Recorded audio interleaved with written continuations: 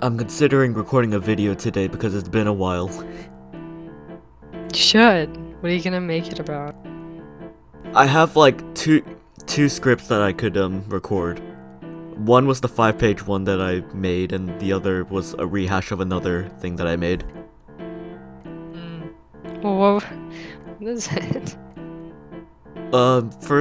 First one's talking about like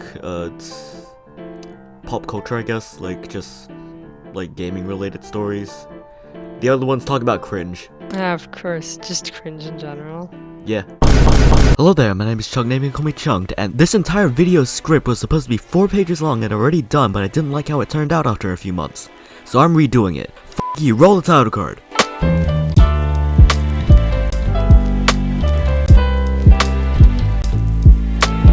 Now, cringe. You guys might know it as a feeling of embarrassment that you might get when you did something shitty in the past and then you're lying in bed at 3 AM at night, just wondering what led to this and how everything went wrong. Or maybe you watched or listened to an old recording of yourself and just died on the inside. Yeah, I feel your pain from that, especially when I have to listen to my own voice from a few years back. Sure, I have to listen to my voice now because I have to edit my own videos and go. Yeah, that sounds good. That sounds right. But because I have siblings that like to go and watch old videos for nostalgia, I have to deal with hearing my old squeaky ass voice from 3 to 4 years ago. And that's where I draw the line. Whenever I have to do that, my body recoils. Hi, my name is and this is an unfortunate thing. Ugh, what the fuck? You know, as of now, I cringe whenever my parents pull up my current videos to other people right in front of me. This... how to talk to the people. Hello there, my name is Chunkedname. No, but I'm out of here. So as I was rewriting everything and talking to people I knew, most of them said that this is relatable to them because they, like everyone else, experienced some event that made them feel uncomfortable as all hell. Some of them hated themselves for it, but some of them embraced it. Like my good artist Sea-Dog.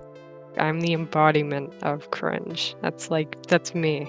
Oh, God, man. I love being cringe so much. Do you see my website? My profile picture? I have a fucking body pillow on my bed. I love being cringe. Thrive off of it. One prime example of cringe is when you had to do class videos for school assemblies. You know, you go into class one day, your teacher tells you what you need to do, and once everything's all done and the actual video is shown to you, your teacher's editing job just sucks. Like, everything about it sucks. Pretty much just everything is garbage, makes you look like garbage, and yeah. I mean, obviously the teachers there aren't gonna be, you know, professionals with Premiere Pro and everything. Because I remember one time, for one of my projects, my teacher told me that I had to use the built-in video editor on every Windows installation. Which, pretty much all of the effects in there pretty much just suck. It's like 100% worse than iMovie. Which the school had, by the way. I couldn't really fault them for it because they weren't really as tech-savvy as me or any other Gen Zer. But, you know, it's kinda bleh. Hearing me talk about this must make you think, Chunk, you must be really good at experiencing cringe then. Oh, trust me, I have done a lot of cringeworthy things on camera. I faintly remember this story, but I think I could recall it, like, straight to the point because I have to think about it every single night and it's just horrifying. So I had to host a book week parade for the school I was at because I signed up to be an announcer and I didn't remember when I needed to go up, so I was just standing there with the eyes of around 100 to 200 children watching me trying to get my anxiety-ridden ass together. You see, I'm not really good with crowds or any type of stuff like that because just having a bunch of people watching you live on stage and it just gives somebody like me just dread. Well, I can't talk about cringe without talking about secondhand embarrassment. Cringing at something that somebody else did. I have experienced that a lot, especially in my very shitty year of 2022. Before I begin though, I would like to do a quick presentation.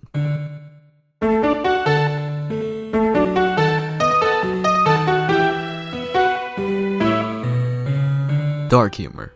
Something that has an offensive twist, yet still funny enough to make people laugh. The right way to make a dark humor joke is to not use that punchline repeatedly, but when you do end up doing it, you have to make it funny in the process. Let's say for example, 9/11. I could just say something like, damn, you hit pretty hard. You know what else hits hard? And you can guess what the punchline is from here. Granted, that example wasn't funny, but usually when you make a dark humor joke, the intended reaction is supposed to be something like, oh shit. Though if you continue to make the same joke over and over again, gonna grow stale, and the person on the receiving end will most likely be angry, sad, or disappointed at your lack of humor. You might also try to make a dark humor joke that literally does not have any type of humor and is just offensive. Examples of these are jokes that are literally just transphobia with no punchline, or a racist joke that's just you saying, "Kill insert minority here." That's all I have on Chunk's lesson in comedy. Thank you for listening. Well, okay, let's get back into it. So basically, my entire friend group from last year literally just made a bunch of shitty dark humor jokes. Honestly, the amount of times I heard one of their jokes is absolutely absurd. I pretended to laugh at them, but inside I was trying not to lose it inside. Hey Chunk, yeah? Insert shitty dark humor joke here. Oh. I am going to lose my fucking shit. I cannot fucking take it anymore. They also just seemed weird. Like, extremely outdated jokes type of weird. Kinda like band kid type humor. I absolutely hate how I try to have a normal conversation with them and I just accidentally say cum in a normal sentence and they go, "Oh my god, you said cum, that's the funny word, oh my fucking god." Every single fucking morning when I had to go to class, I was always greeted with some type of variation of fucking penis. Sex and porn isn't a good punchline. If you were to end your sentence with a fucking joke about, "Oh, white stuff, cum, it's cum, oh wow, it's cum," how about you come up with a better joke that isn't the same fucking thing on repeat? If you say some shitty joke about your dick being 5 times the average amount or moan at the slightest sexualized sentence one more goddamn time, I will shove you into a meat grinder and pulverize you into fucking dust. Okay, I went a bit too far on that one. Yeah, sorry about that. You know, this might actually inspire me to make a 2022 everything went to shit video sometime this year. Don't hold your breath on that one though. Okay, right now I'm getting off track. Let me just give another example of second-hand cringe. Oh yeah, school concerts. An easy way in order for schools to make money off of children. I mean letting the children be creative, yeah. Please don't kill me. When you're the person who's watching in the crowd and you see the children dance to the song from Funny Scrimbly Bimbo Goober movie number 17 from 5 years ago with a fucking trap-beating dabbing, of course you're gonna cringe at that. But Chuck, you can't say that, the children, they don't know better. Well, yeah. But I don't respect children, so I can make fun of them as much as I want to. Hey, hold up, motherfuckers. Chunk's opinions about child bullying is completely wrong, so if you want to dropkick a child, then don't blame him if you get arrested. Make sure you smoke school, do vegetables, and go to drugs. Okay, I guess I have to call this a show and tell because, I've shown before, I am guilty of a lot of cringe too. Fine, I'll say 'em.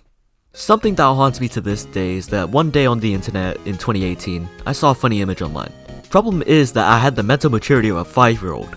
So I went to school and my teacher asked me if I did anything fun on the weekend. So I said that I saw something funny on the internet, and I read it with no context and it sounded like I was mentally 4 years old. After everything was done, everyone went silent and then they just continued on, and yeah. You know, during that they looked at me and just made me feel unnerved. Yeah, that sucked. That sucked like all hell. So glad that teacher got fired.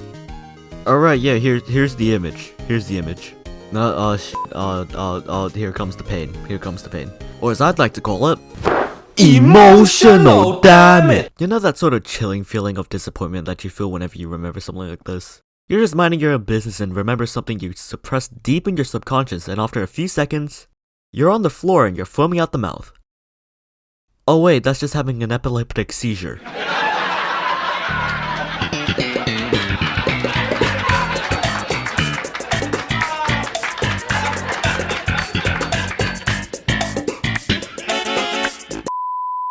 You know, after this type of stuff happens and you're just self-loathing, you know, basically just going like, okay, that was very embarrassing, try to forget that ever happened. Or, oh my god, I am such a dumbass for doing that. Maybe even both at the same time if you're lucky. Future Chunks here. I forgot to include a transition to this next story. Yeah, sorry about that. It's like 2:30 in the morning where I'm at right now. So, anyways, here it is. So there was an orchestra that came to our school to perform, and after some of the performances, they asked, okay, who here has never played a musical instrument? And even though I had a piano at home that I played occasionally, I raised my hand up, and guess what? They picked me to come up on stage and they asked me for my name. Oh, right. Haven't said my real name yet. Hang on.